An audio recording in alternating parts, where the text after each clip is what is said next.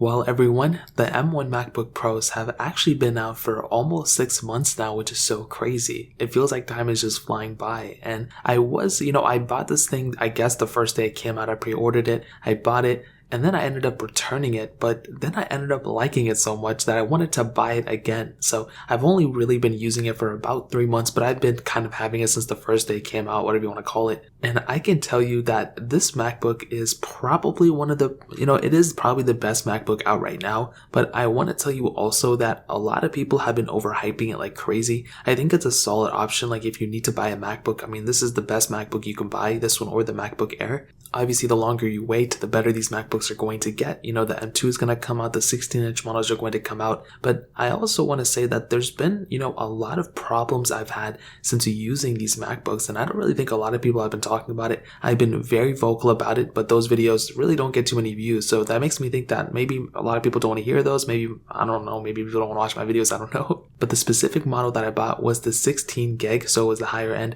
and it was the 1 TB model. So it was, up there. It cost me almost $2,000 to buy. I think it was like either 1,900 or 2,000. It was something like that. And I think it was worthwhile. It was either this or that 5K iMac that came out at that time, the 2020 model. And I think I made a good choice.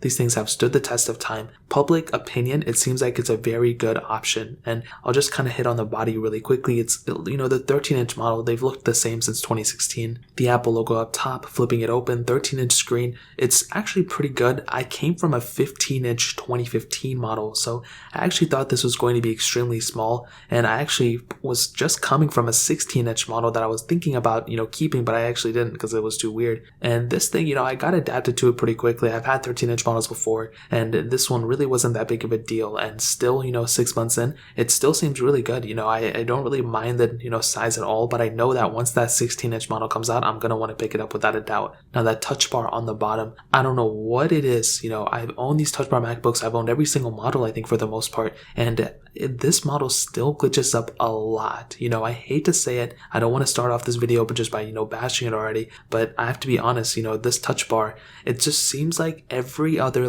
week I have to restart it, or every week, it's like Monday I restart it, and then it goes through the whole entire week, and then Monday I have to restart it again, and it just starts glitching up. And I don't know what it is. I truly do think that it has something to do with connecting it to a display and then disconnecting it to a display. I don't know what it is with these MacBooks, but anything that has anything to do with the display, it just messes these MacBooks up like crazy. And the touch bar is one of those things that messes up. It glitches up. The brightness toggle, it's weird because it still works. I've had other MacBooks with touch bars where the touch bar will just completely not work anymore and you'll have to actually restart it. But it's weird with the M1 MacBook, it'll still work. It'll just glitch up. So it'll you can move it up, the brightness and stuff, but it'll just be at a very glitchy way. It's not like a consistent frame. It's just it looks like it's glitching up, and you can tell that the MacBook is going to be restarted anyway, but you can still use it if you need to. But that's a very annoying thing. I hate that a lot. But power button on the side, I like that, with the fingerprint sensor. Trackpad has been perfect. I've had no issues with the trackpad at all, and the keyboard has been perfect too. So I've had no issues whatsoever with either one of these keyboards, which I'm really happy about.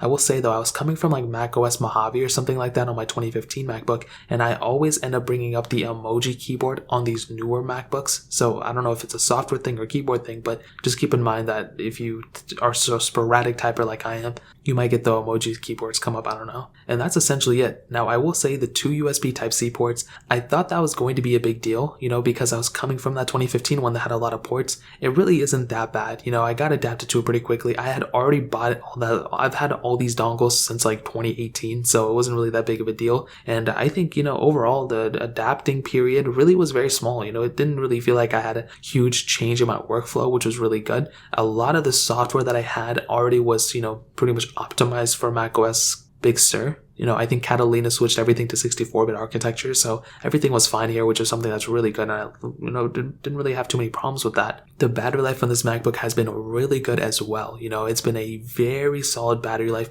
unless I'm docking it to a display a couple times and I undock it. Those are the things that ends up, messing it up for me. And like I mentioned, I don't know what it is. I can't help it. It's not a problem I can fix because it's just one of those things. And funny enough, I bought, my LG Ultrafine 5K display, and I spent a lot lot of money on it, and that thing actually ended up not working out properly with my 13-inch MacBook for a long period of time. I mean, I've had this thing again since about like January, February, and I don't know what it was. The LG, this is a 5K display that LG and Apple made together, and it just stopped working. It was very strange to me. It just wouldn't work. Sometimes it would connect, and then the display wouldn't turn on, or my Yeti or my microphones, or wouldn't read my SD cards from the dongles that I had connected to the display. And it was a very weird process. And luckily, I think ever since like macOS 11.2, for the most part, it's been fixed. It still happens like very, very rarely, but during the early period of owning this MacBook, that was a huge issue that I had. Now, other than that, I will tell you everything else about this MacBook, when it doesn't have any problems, has been solid. I think the problems that it has are still, kind of common. Like I mentioned, I have to restart this thing probably like once every week, every once in like a week and a half. But I would probably say if I wasn't docking it up to a monitor constantly, then maybe it wouldn't be that big of a deal. Maybe I could go months without restarting it, But regardless, I think the, performance of this thing has been solid. This is the main computer that I use for everything. I came from a 5K iMac from 2015, and, I just felt like I had to update. This MacBook does all the videos, all the 30,000 videos I upload in a day. Everything I do with my life, I use this MacBook, and it's a solid experience. I don't even have like a side device. I mean, I have my iPhone, I have like obviously my iPads, and I still own my other MacBooks, but this MacBook is everything, it's what I use on an everyday basis, and I like it. I love it. It's a very fast machine. I don't really need the craziest amount of power in my life, but it handles everything I throw at it, and that's what's important. My daily tasks are Photoshop. I use Photoshop all the time for these thumbnails. Final Cut Pro is my most used app out of everything, and I can constantly, if you see my third channel, I splice up all my videos and post them there, and dude, like this machine handles it like a champ. The fans never come on, even when I'm constantly exporting video after video after video.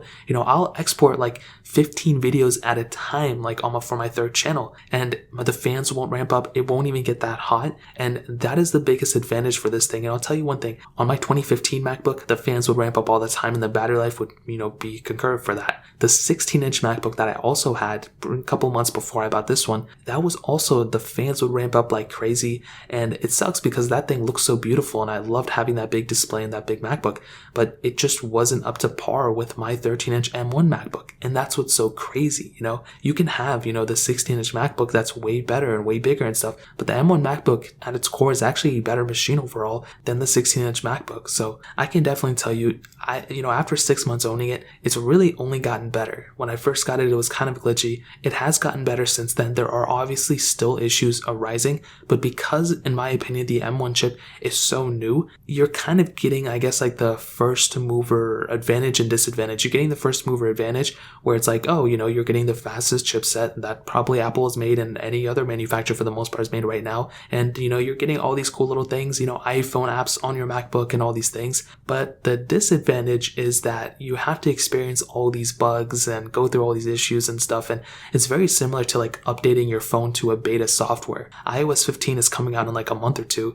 And, we're going to have a bunch of people who are going to update to it where they probably shouldn't. And they're going to break their phones and all this stuff. Even though there's all these cool features that you can experience before it officially comes out a couple months later, they're probably going to still break up their phones. They're going to take that chance just to get those cool features. It's the first mover advantage and the first mover disadvantage. So I think ultimately this MacBook is still completely worth it. My experience has been very, very positive. I don't hate this MacBook at all. I think I love it. It's definitely not perfect, but it's definitely gotten better over time. So I think within the next couple of months, it's going to be in a position where it's going to be very, very stable and probably similar to like my 2015 MacBook, to be honest. So that essentially covers it. If you guys have any questions or if you want to buy it, links will be down in the description. You can get them from there and help support the channel at the same time. Hit the like button, that would mean so much, but definitely hit that subscribe button. Every single subscriber that we get really does count, so it means so much if you guys could hit that. Also check out the other links down in the description as well. My Twitter, my Instagram, my other channels. More importantly than everything else, to every single one of you guys. Hopefully I'll catch you guys in the next video. Peace out till then.